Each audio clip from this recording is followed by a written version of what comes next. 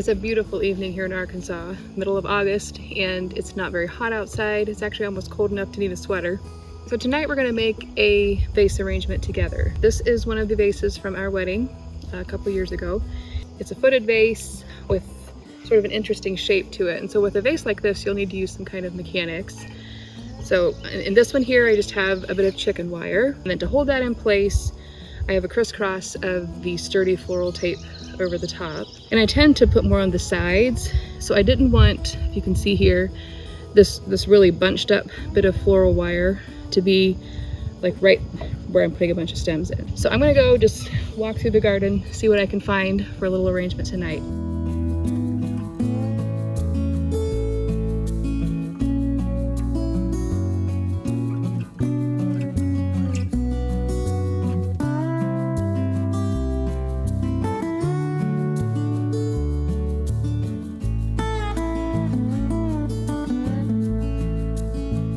So when I grabbed all of the flowers from the garden, I sort of had an idea in mind of the color palette, but one of the valuable lessons that I've learned is that you have to edit your arrangements and even edit your ideas. So I'm gonna try, but if this doesn't really flow like I thought it would, I have a whole garden behind me that I can go for plan B.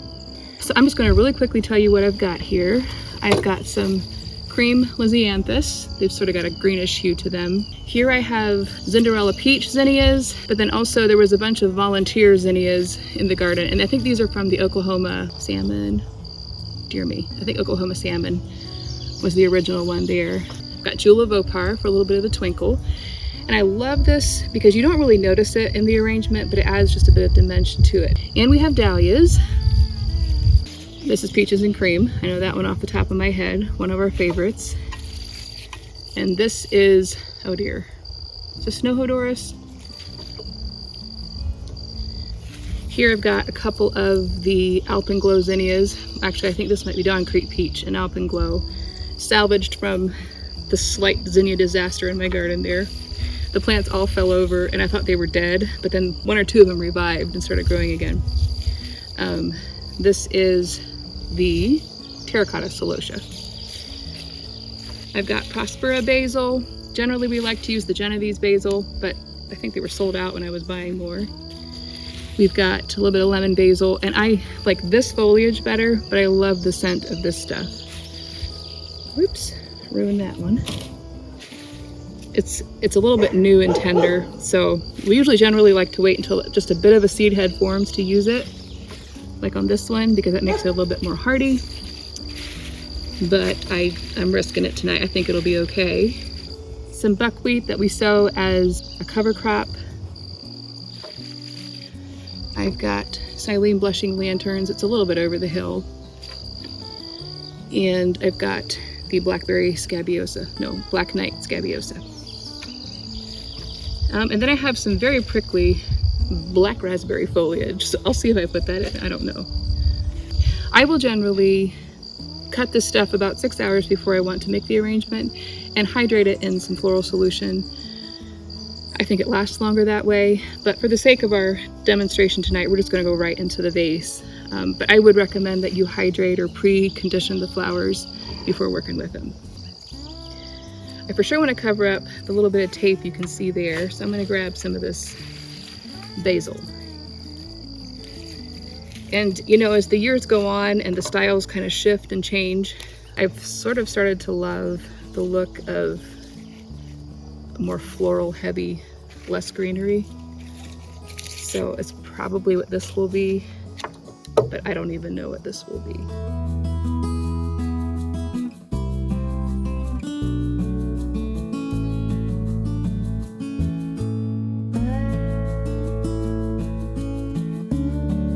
You know what? There was a flower I wanted to get back here. I'm gonna go grab it right now. I was thinking this would be the focus of my arrangement. It might be the back of it, but then I saw these and I had to get these too. So this is pumpkin spice and Linda's baby, I think.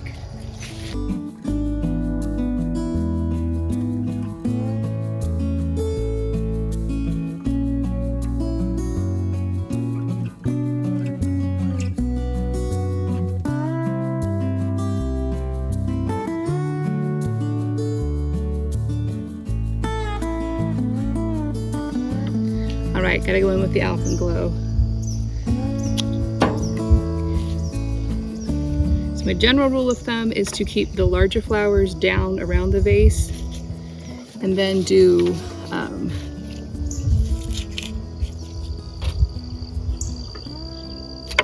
gonna flip this one though. Do sort of the smaller ones above.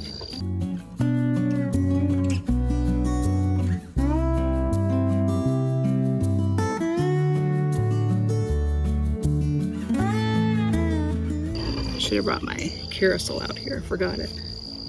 I like to get one of those Lacy Susans, is that what you call them? Just the little plastic ones you can get at Walmart, and use that to spin my arrangement as I'm making it.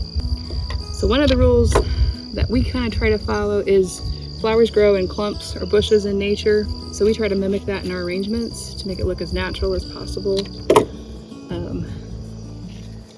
Several clumps, you know, throughout the bouquet is good, but cut this one down a little bit.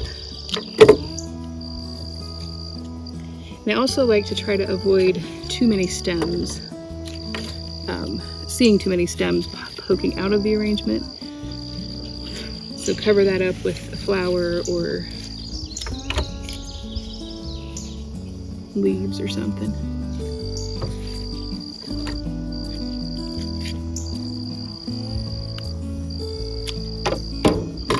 Got a wheelbarrow over here I'm tossing my scraps into. All right, so I'm thinking I'm going to use this or these raspberry dahlias as my focal. Not sure yet. If it feels like I'm working quickly, I'm trying to beat the sun going down. So powering through here.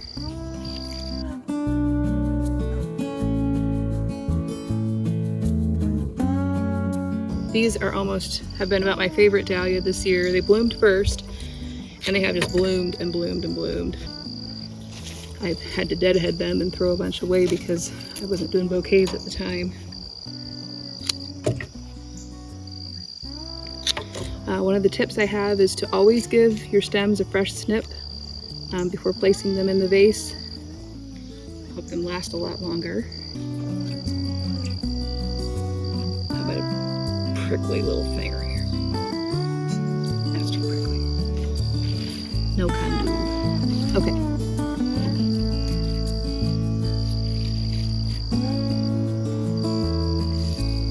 Sometimes I think white can feel a little bit off in a bouquet, just it's too much of a contrast. Our floral design course for weddings has a whole thing on bouquet theory, color theory, all of that good stuff. I won't go into all of that here, but these are so wilted.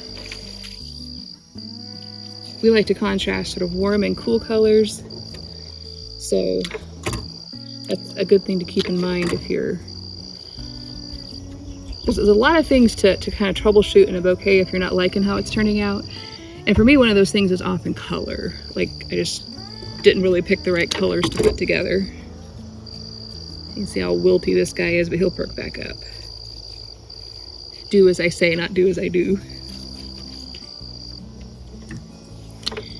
And I think one of the most important tips I'd have for floral design or for arranging is kind of just to take the pressure off yourself, set the stage, play some music. I often will have a music or a podcast going when I'm designing. Okay, I think I want to add some of these guys in. Somebody said that, you know, these can often be very tufted as well. Let me see if I can, or not tufted.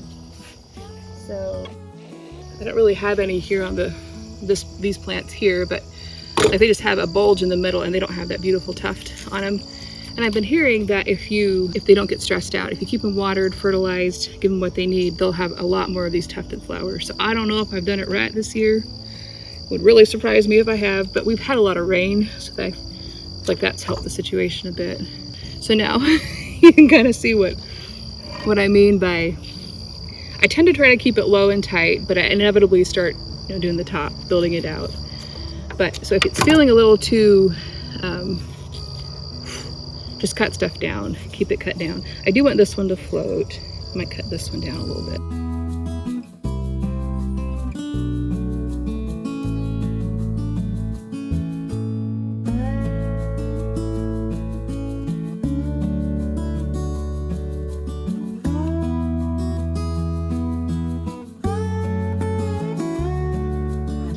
So in an arrangement, we always try to have obviously greenery. We have focal flowers, we've got twinkle flowers, we've got spires. I really don't have many spires. I guess these are standing in for my spires. And so what I'm putting in right now would be sort of a filler flower. You do see them, but they kind of provide a backdrop for the bigger, showier ones. I love buckwheat I recently just I chopped down a bunch of my garden stuff and sowed buckwheat, and it comes up and blooms so quickly. I like to keep the ground covered, you know, if there's nothing growing, plant a little cover crop in it. I'm not even sure if I'll use these, but I do want to poke some of this in here.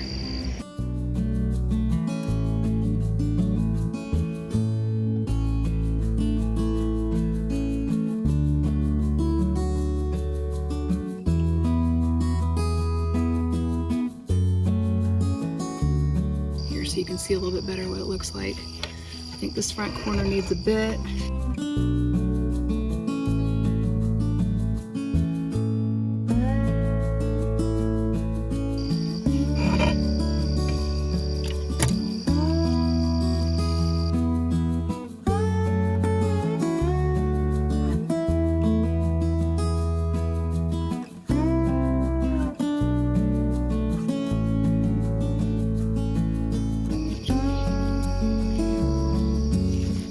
Alright, I think that's about where I'll leave it for now.